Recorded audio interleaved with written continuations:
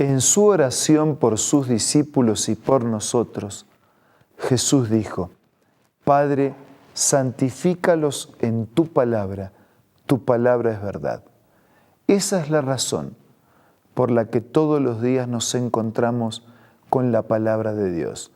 Un espacio, un tiempo, una cita de honor para ser santificados, es decir, transformados, es decir, reavivados por la palabra de Dios. Hoy nos dedicamos al capítulo 2 de los Salmos. Antes pidamos la bendición de Dios. Padre nuestro que estás en los cielos, aliméntanos a través de tu palabra. Te lo pedimos con necesidad y gratitud en el nombre de Jesús. Amén. Decíamos ayer que el libro de Salmos está compuesto por 150 capítulos, 5 libros, son poemas, son canciones, nos han llegado la letra aunque no la música, y a través de estos mensajes se percibe un mensaje de lamento por reconocimiento de los pecados, un mensaje de gratitud por el reconocimiento de la protección y los cuidados de Dios, y un mensaje de alabanza elogiando, honrando a Dios como creador, como sustentador, como salvador. El capítulo 2 de Salmos es un salmo profético, es decir, tiene que ver con el ungimiento del rey y no se refiere a algunos reyes del pasado, sino que se refiere al futuro rey, es decir, al Mesías, es decir, a Jesús, quien sería ungido como rey. Este salmo comienza con la predicción, la profecía de una oposición al Mesías. Y lo hace en estos términos: ¿por qué se amotina la gente? ¿Por qué los pueblos piensan cosas vanas? ¿Por qué se levantan los reyes de la tierra y los príncipes consultarán unidos contra Jehová, contra su ungido, diciendo: rompamos sus ligaduras y echemos de nosotros sus cuerdas? El Nuevo Testamento cita el Salmo 2 y lo aplica a Jesús como el Hijo de David, como el ungido de Dios, reconociendo la soberanía de Dios y la soberanía del ungido de Dios. Este salmo que comienza preguntándose ¿por qué la gente está en contra de él? Isaías también iba a profetizar que la gente estaría en contra de él. Isaías también iba a profetizar que como oveja sería llevado al matadero y que daría su vida para redimirnos de nuestros pecados. En el versículo 4 nosotros encontramos esta declaración: el que mora en los cielos se reirá, el Señor se burlará de ellos. Claro, no podemos oponernos a Dios, es decir, podemos, pero no debemos, no ganamos nada. ¿A dónde vamos a llegar en nuestra oposición contra Dios? En el versículo 5 y 6 se asegura que la oposición no va a poder contra el rey. Dice: luego lo hará a ellos en su furor y los turbará con su ira. Pero yo he puesto mi rey sobre Sión, mi santo monte. La oposición no va a poder con Jesús. Sí, el enemigo lo intentó muchas veces. Lo intentó directamente en la persona de Jesús, como así también lo intentó en los que lo representaban. Pero siempre Jesús salió victorioso. En el caso del Señor lo intentó cuando Jesús nació y cuando Herodes produjo un decreto para matar a todos los niños menores de 2 años, pensando que un rey iba a atentar contra su reinado. Lo intentó en el desierto de la tentación, cuando le ofreció los reinos de este mundo sin necesidad de pasar por la cruz. Le pretendió hacer un camino más fácil, solo que en lugar de hacer la voluntad de Dios, tendría que seguir su propia voluntad. Lo intentó cuando pretendió evitar que Jesús llegara a la cruz, Y al punto estuvo Jesús en el jardín del Getsemaní cuando dijo: Padre, si es posible, pase de mí esta copa, pero no se haga mi voluntad, sino la tuya.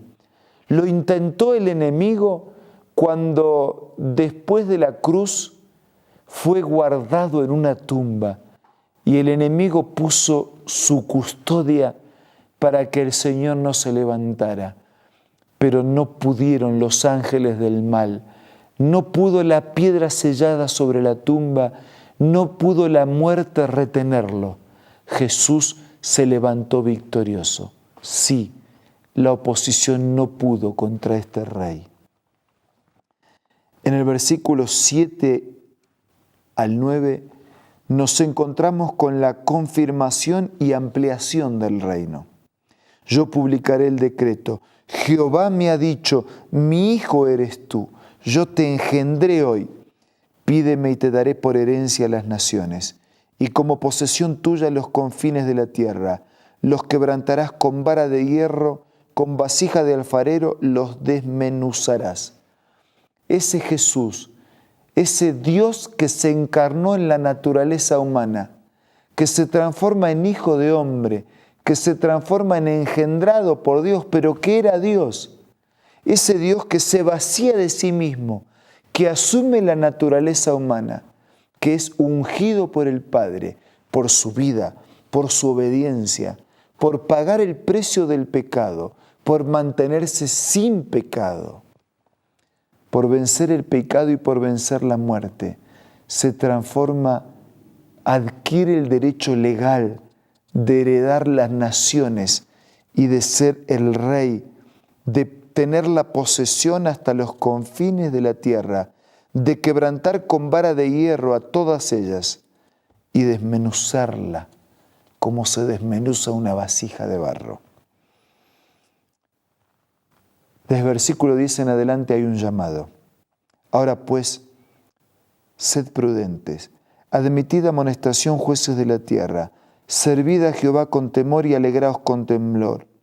Honrad al Hijo para que no se enoje y perezcáis en el camino y no se inflame de su ira. Y concluye el Salmo con una sublime declaración. Bienaventurados todos los que en Él confían.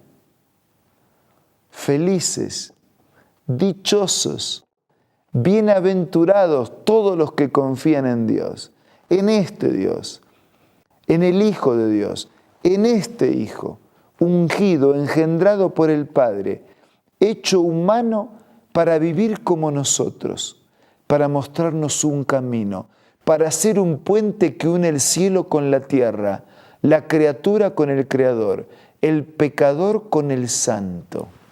Sí, amigos, este Jesús es el Mesías ungido Rey. Es tu Rey. Es el que está preparando para ti un reino de paz, sin enfermedad, sin injusticia, sin muerte, sin pecado. Es tu Rey. Pregunto, ¿es tu Rey? No alcanza con que tenga el título. Tendrás que aceptarlo en tu corazón. Tendrás que permitirle que dirija tu vida, que te enseñe, que guíe, que marque un rumbo para tu existencia. Y qué bueno es transitar las horas de este día sabiendo que somos súbditos del Rey del universo, que pertenecemos, que tenemos una identidad, que somos hijos del Rey del universo. El día va a ser distinto. Las luchas, los problemas, las cargas, los contratiempos, las piedras, las preguntas, todo será diferente. Bienaventurado, feliz, dichoso los que en Él confían. ¿Quieres confiar en Él? Entonces díselo a Dios en la oración. Ocupa este tiempo para una oración privada y habla con Dios.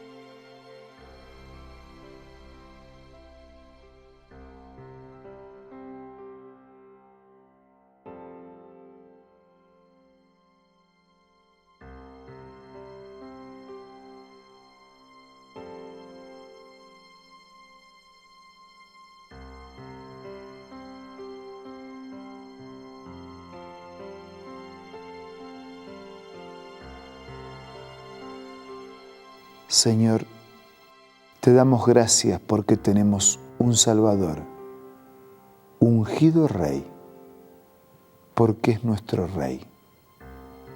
Porque ningún rey dio la vida para salvar esclavos. Pero nosotros tenemos un Rey que dio su vida para salvarnos de la esclavitud del pecado. Por eso, Señor, te reconocemos como nuestro Rey y decidimos amar, servir y obedecerte como nuestro Rey. Te lo pedimos y agradecemos todo en el nombre de Jesús. Amén. Fue maravilloso pensar juntos en Jesús. Que esta maravilla te acompañe todo el día. Nos reencontramos mañana para seguir siendo reavivados por la palabra de Dios.